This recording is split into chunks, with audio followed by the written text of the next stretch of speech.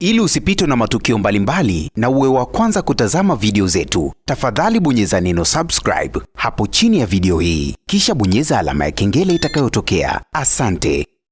Whozu amezua gumzo kubwa sana kwenye mitandao ya kijamii baada tu ya kuamua kuzungumza kwa mara ya kwanza kuhusiana na hawa watu ambao wameendelea kuzusha maneno kwenye mitandao ya kijamii. Mambo yametokea ni mengi sana na maneno yamekuwa ni mengi sana kwenye mitandao ya kijamii. Kila mtu anazungumza la kwake, wengi wakiwa wanampongeza Wema Sepetu pamoja na Whozu kwa kupata mtoto wa kiume, lakini wengine, baadhi yao wachache, wakiwa wanaharibu na kuchafua hali ya hewa. Na ukiangalia Whozu na Wema, huyu mtoto wamemsubiri kwa kipindi kirefu.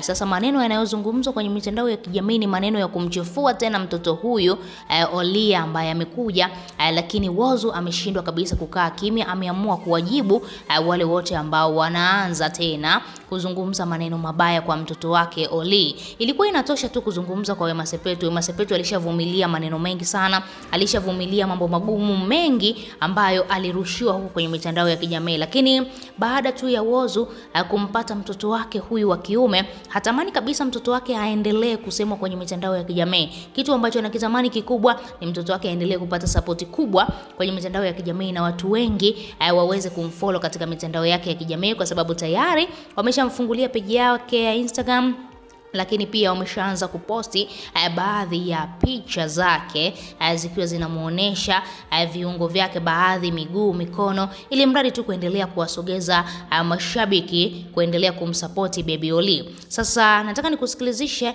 voice ikiwa inamuonesha Whozu akiwa anazungumza wazi kuhusiana na wale watu ambao walikuwa wanamsema vibaya kwamba eti Wema Sepetu amepandikiza mimba, Wema Sepetu amevaa plastiki. Mambo ni mengi sana. Tunajua aliyesema hivyo ni Mange Kimambi. Mange Kimambi ndio mtu wa kwanza kupinga kwamba Wema Sepetu hajabeba ujauzito. Kuna namna wamefanya yeye pamoja na mwanaume wake Whozu ili mradi tu ionekane ni ujauzito wa ukweli, lakini sio ujauzito wa kweli inavyosemekana. Wameweza kufoji, wamefanya hivyo, wamefanya vile. Maneno ni mengi sana.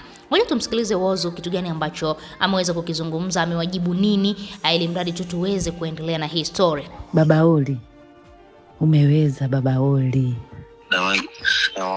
Marahaba mdogo wangu. Baba umeweza baba. Whozu mambo yako makubwa mdogo wangu.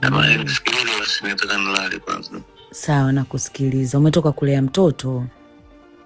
Usiache kumwomba Mwenyezi Mungu. Mungu ni mwema. Vitu vingine maneno tu ya kawaida kila siku. Sawa. Sawa Mwenyezi Mungu ni mkuu, na kwa sometimes sisi wengine tunatumia kama mfano kuonyesha ukuu wake. Amina. Understand? Kwa hiyo tuachane na maneno ya kujazana, tuachane na maneno saidi chochote. Kikubwa tu kwenye imani na Mwenyezi Mungu, tuendelee kumwomba Mwenyezi Mungu. Mungu wa kwangu ndo Mungu wa kila mtu. Mungu wa kwako ndo Mungu wangu, Mungu wangu ndo Mungu wako. Ndio. Akupa leo atakupa kesho. Leo hii kanibariki mimi, kesho atakubariki wewe, kesho kutwa atakubariki mwingine.